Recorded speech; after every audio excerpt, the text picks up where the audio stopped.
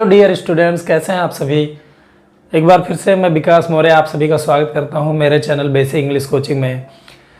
Guys, मैंने आपको noun clause पढ़ाया।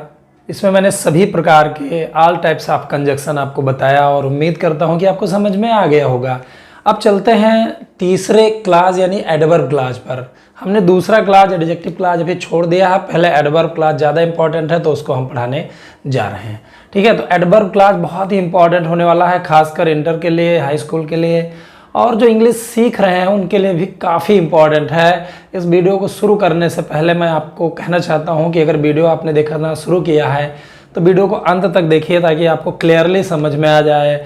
और अगर आप चैनल में नए हैं तो प्लीज़ चैनल को सब्सक्राइब कर लीजिए। तो चलिए चलते हैं एडवर्ब क्लॉज पर बिना समय को खर्च किए हुए। गाइज, आप यहाँ व्हाइट बोर्ड पर देख सकते हैं एडवर्ब क्लॉज। इसमें एडवर्ब क्लॉज आप देख सकते हैं, यहाँ पे लिखा है एडवर्ब क्लॉज। तो कंडीशनल सेंटेंस ये है, शर्त सूचक वाक्य जिसको हम कहते हैं। इसमें 3-4 कंजक्शन है, जिसमें सबसे पहला है इफ। इफ में, नाउन क्लॉज में इफ का मतलब आपने की क्या भी पढ़ा था, और 2 विपरीत अर्थ रखने वाले वाक्य आते थे तो उसके की के अर्थ में भी आपने इफ पढ़ा था। लेकिन कंडीशनल सेंटेंस में शर्तसूचक वाक्यों में क्या होता है कि इफ मतलब होता है अगर या यदि। ठीक है, तो इसमें कंडीशनल सेंटेंस यानी शर्त होती है। जैसे कहा गया, अगर तुम कठिन परिश्रम करो तो तुम अपने काम में सफलता पाओगे। तो यहाँ पे एक शर्त हो गई, भैया शर्त है कि आप कठिन परिश्रम करिए तभी आपको सफलता मिलेगी। तो इसीलिए इसको हम कंडीशनल सेंटेंस कहते हैं, शर्त सूचक वाक्य कहते हैं। गाइस, इसमें एक नियम है जिसको आप याद कर लीजिएगा। अगर आपने कोई फेयर कॉपी बनाई है, नोट्स बनाए हैं, तो उसको आप लिख लीजिएगा। इसका रूल है कि अगर शर्त सूचक वाक्य प्रेजेंट टेंस अथवा फ्यूचर टेंस में है तो इफ के बाद का जो उपवाक्य है वो सिंपल प्रेजेंट टेंस यानी इजमार से बनेगा या फिर प्रेजेंट इंडेफिनिट टेंस में बनेगा, चाहे वो जिस भी टेंस में हो। अगर वाक्य फ्यूचर टेंस में है या प्रेजेंट टेंस में है तो इफ के बाद आपको प्रेजेंट इंडेफिनिट यूज करना है। कहीं कहीं इसका प्रयोग नहीं होता है, वो वीडियो के आगे बढ़ते बढ़ते आप समझ जाओगे। तो अब यही ध्यान रखिए कि इफ के बाद हमेशा प्रेजेंट इंडेफिनिट टेंस बनता है। तो चलिए चलते हैं पहले कंजक्शन वाले सेंटेंस पे।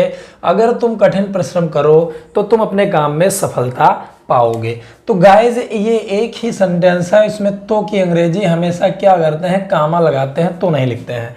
और उसके बाद अगर हम इस कंजक्शन को निकाल दें तो हमें मिल गया, तुम कठिन परिश्रम करो तो अपने काम में सफलता पाओगे। तो इफ के बाद जो सेंटेंस है उसको हमने क्या करना है, प्रेजेंट इंडेफिनिट बनाना है। क्योंकि ये वाक्य फ्यूचर टेंस में है इसीलिए हमें प्रेजेंट इंडेफिनिट बनाना है। तो चलिए बनाते हैं। अगर यानी इफ लिख देंगे आगे। अब तुम कठिन परिश्रम करो, ये प्रेजेंट इंडेफिनिट टेंस, इसको बनाना है आपको। कौन कठिन परिश्रम करो, तुम यानी यू। प्रेजेंट इंडेफिनिट में क्रिया सीधा लिखेंगे, वर्क हार्ड, और उसमें यस नहीं जोड़ेंगे क्योंकि यू के साथ नहीं जुड़ता। अगर कोई सिंगुलर नंबर होता तो जुड़ जाता। इफ यू वर्क हार्ड, अगर तुम कठिन परिश्रम करो, तो की अंग्रेजी नहीं लिखेंगे सिवाय एक काम आगे, इफ यू वर्क हार्ड। अब ये बनाएंगे तुम अपने काम में सफलता पाओगे। ये दूसरा जो सेंटेंस है इसके बाद प्रेजेंट इंडेफिनिट बनेगा, लेकिन जो दूसरा सेंटेंस है वो उसी टेंस में बनेगा जिस टेंस में वो है। ठीक है, तो वो फ्यूचर इंडेफिनिट टेंस है। तुम अपने काम में सफलता पाओगे। कौन पाओगे यानी तुम, यू। इसके साथ सहायक क्रिया लगा देंगे विल, यू विल। पाओगे यानी पाना की अंग्रेजी होता है गेट, यू विल गेट।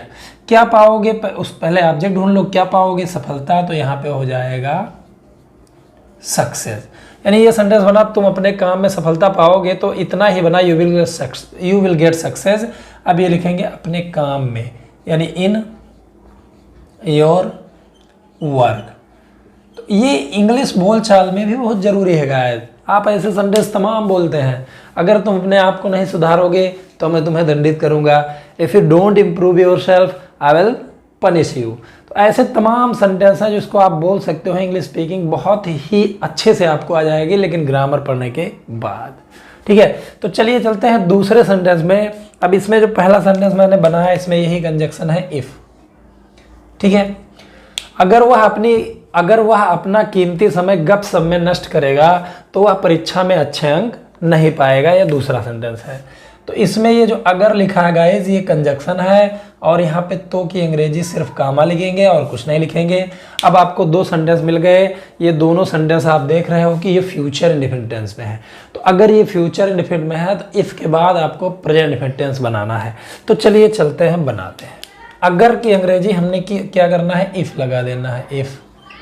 अब वह अपना कीमती समय गपशप में नष्ट करेगा, इसको प्रेजेंट इंडेफिनिट बनाना है। ध्यान रखिएगा, नष्ट करेगा कौन, वह यानी ही। नष्ट करना की अंग्रेजी वेस्ट होता है, उसमें यस जुड़ जाएगा क्योंकि प्रेजेंट इंडेफिनिट में एक वचन के साथ स्टार जुड़ जाता है।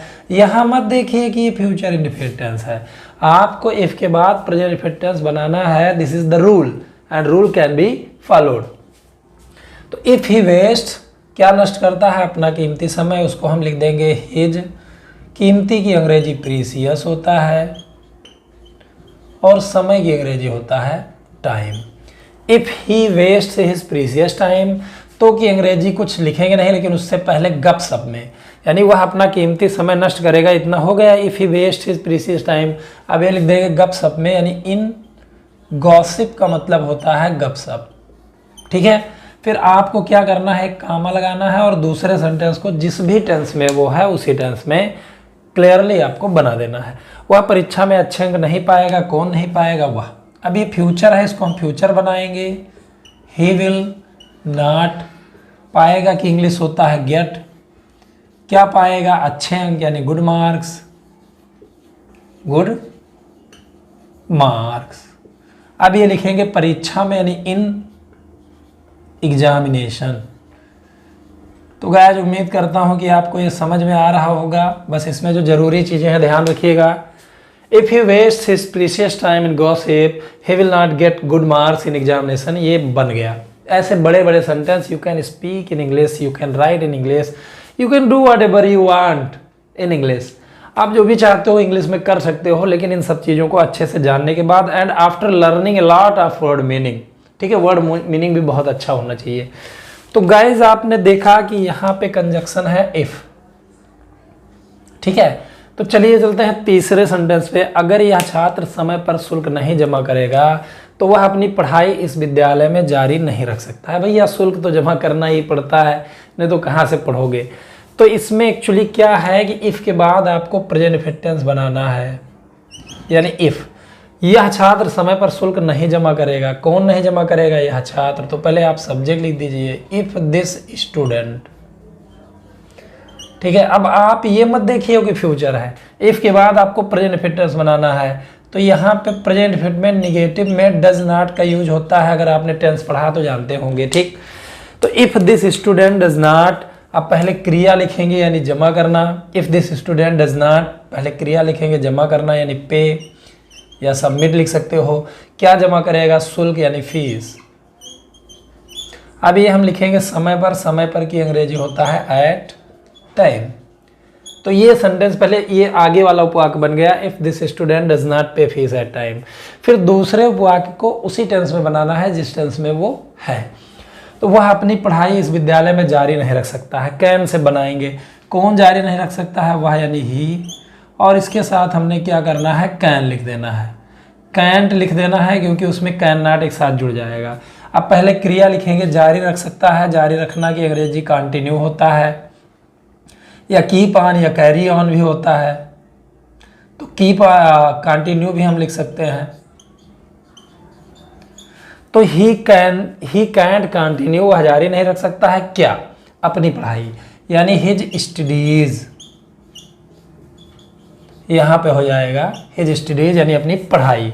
अब लिखेंगे इस विद्यालय में, इसको हम लिखेंगे इन this school.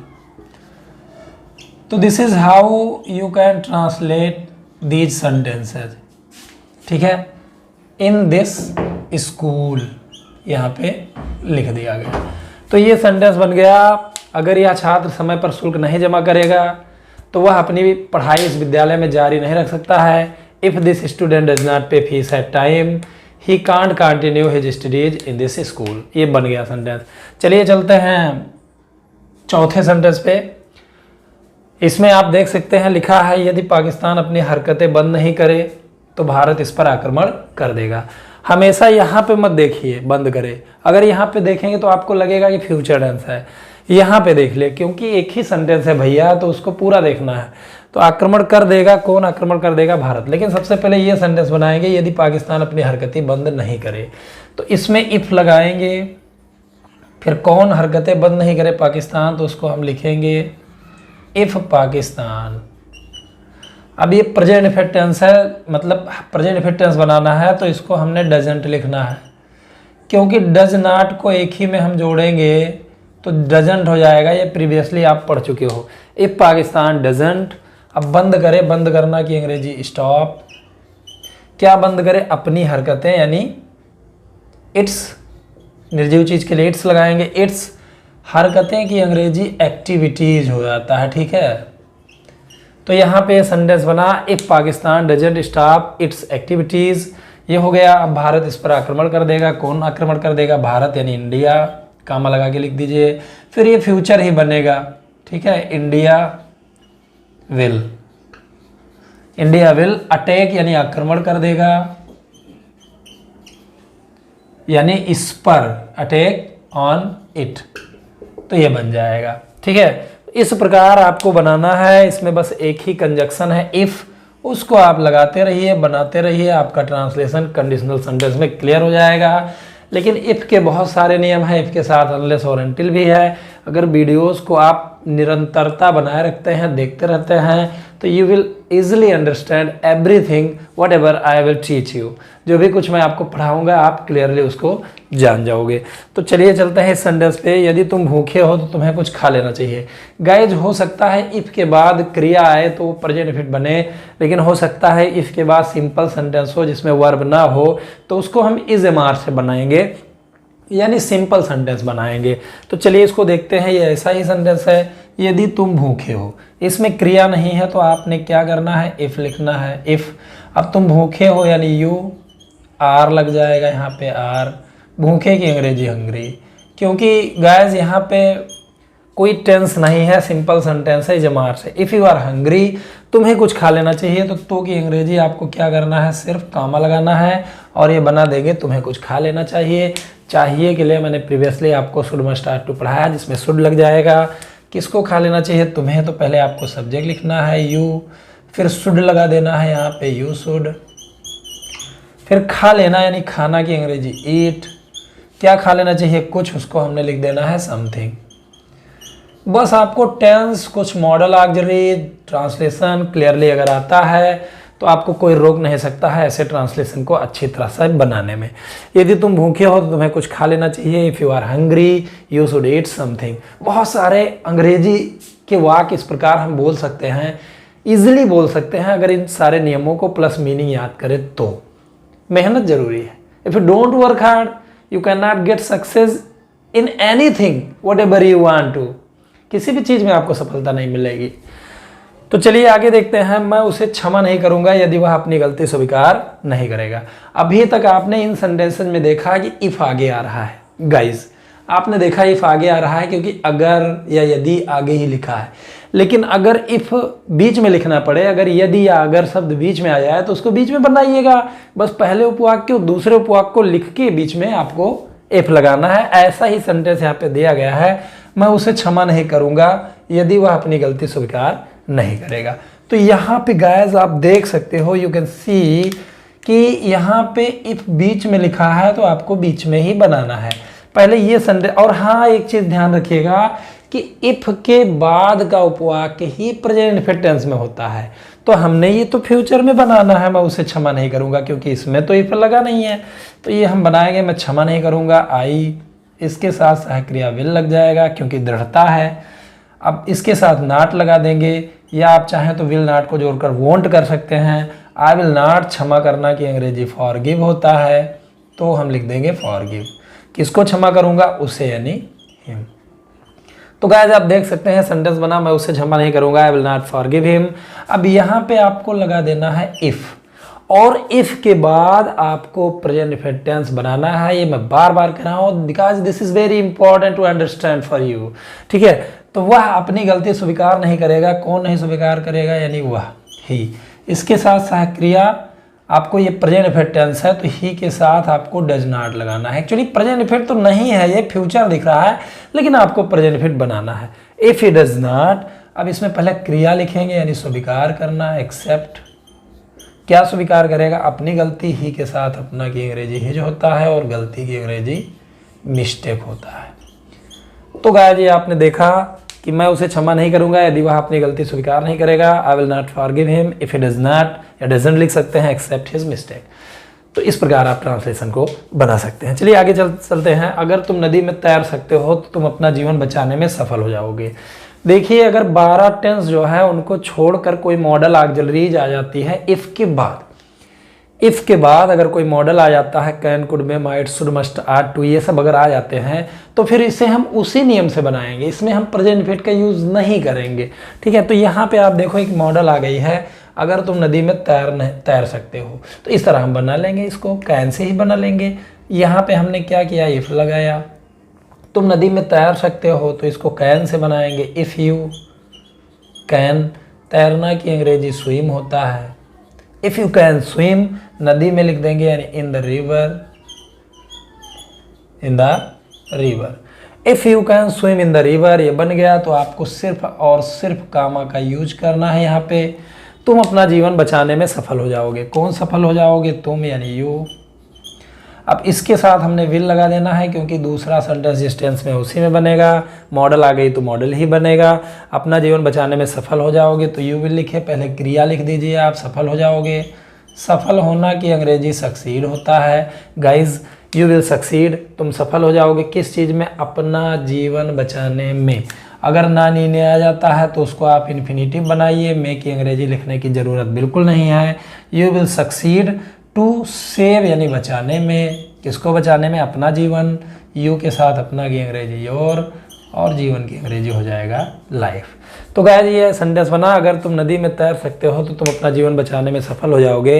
If you can swim in the river you will succeed to save your life. या इस तरह भी बन सकता है, you will succeed in saving your life. इन लगाएंगे तो फिर क्रिया में आईएनजी जोड़ देंगे। ऐसे वाक्यों में गाइस इंट्रोगेटिव भी सेंटेंस आ सकता है। अगर इंट्रोगेटिव आया है तो आप उसको जिस सेंटेंस में, जिस उपवाक्य में, क्लास में इंट्रोगेटिव आया है उसको आपको इंट्रोगेटिव बना लेना है। तो चलिए समझते हैं इसको। यदि वह बीमार है तो तुम उसे क्यों बुलाना चाहते हो? तो गाइस यहाँ पे आप देख रहे हो clearly, you can see if यहाँ पे आया है तो हमने इसको बना देना है इफ़। ठीक है, अब वह बीमार है, सिंपल सेंटेंस है, इसमें कोई क्रिया नहीं है तो इसमें इज लगा देंगे। इफ़ ही इज, बीमार की अंग्रेजी होता है सिक। इफ़ ही इज सिक, तो की अंग्रेजी सिर्फ कामा लगा देंगे। तो गाइस आप यहाँ देख सकते हो, तुम उसे क्यों बुलाना चाहते हो, ये इंट्रोगेटिव सेंटेंस है। तो इसको आपने इंट्रोगेटिव सेंटेंस बनाना है और जो टेंस है वो उसी का प्रयोग करना है, यानी क्यों की अंग्रेजी व्हाई। अब बुलाना चाहते हो कौन? तुम। इसके साथ सहायक क्रिया डू लगेगा क्योंकि ये प्रेजेंट इफेक्ट टेंस है। व्हाई डू, फिर सब्जेक्ट लिख देंगे यू। अब पहले वर्ब लिखेंगे गाइस, तो वर्ब है यहाँ पे चाहते हो। व्हाई डू यू वांट, फिर यहाँ पे ये देखिए इन्फिनेटिव है, मैंने वीडियोज़ में पढ़ा दिया है, जिस क्रिया के अंत में नानी ने आएगा वो इन्फिनेटिव है, वहाँ पे टू लगाइए। Why do you want to call, किसको बुलाना चाहते हो? उसे यानी हिम। तो ये सेंटेंस आपका बन गया। यदि वह बीमार है तो तुम उसे क्यों बुलाना चाहते हो? If is sick why do you want to call him. तो गाइस इफ़ के और भी प्रयोग हैं जो आपके लिए बहुत ही इंपॉर्टेंट होने वाला है, अगर आप एक स्टूडेंट हैं तो भी, और अगर आप एक लर्नर हैं, एक इंग्लिश सीखने वाले हैं, you want to speak English, this is very important, this will be very important for you. आपके लिए बहुत इंपॉर्टेंट होगा। तो गाइस इतना जितना मैंने पढ़ा दिया है, आई होप, मैं उम्मीद करता हूँ कि आपको समझ में आ गया है। अगर कोई प्रॉब्लम है, if you want to give any suggestion to me, तो फिर आप मुझे कमेंट करके बताइए, मेरे मोबाइल पर कांटेक्ट करके बताइए। मेरा मोबाइल नंबर डिस्क्रिप्शन बॉक्स में आपको मिल जाएगा। इस वीडियो में इतना ही गाइस। अगर मेरे वीडियो आपको पसंद आया है तो प्लीज़ लाइक शेयर करना ना भूलें, और आप मेरे चैनल में नए हैं तो प्लीज़ मेरे चैनल को सब्सक्राइब कर दीजिए।